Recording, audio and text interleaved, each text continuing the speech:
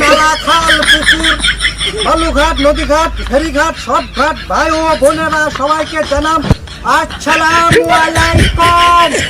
আপনারা জানেন আমি আজকে এখানে কেন এসেছি? সবাই জানেন। No, no, no, no.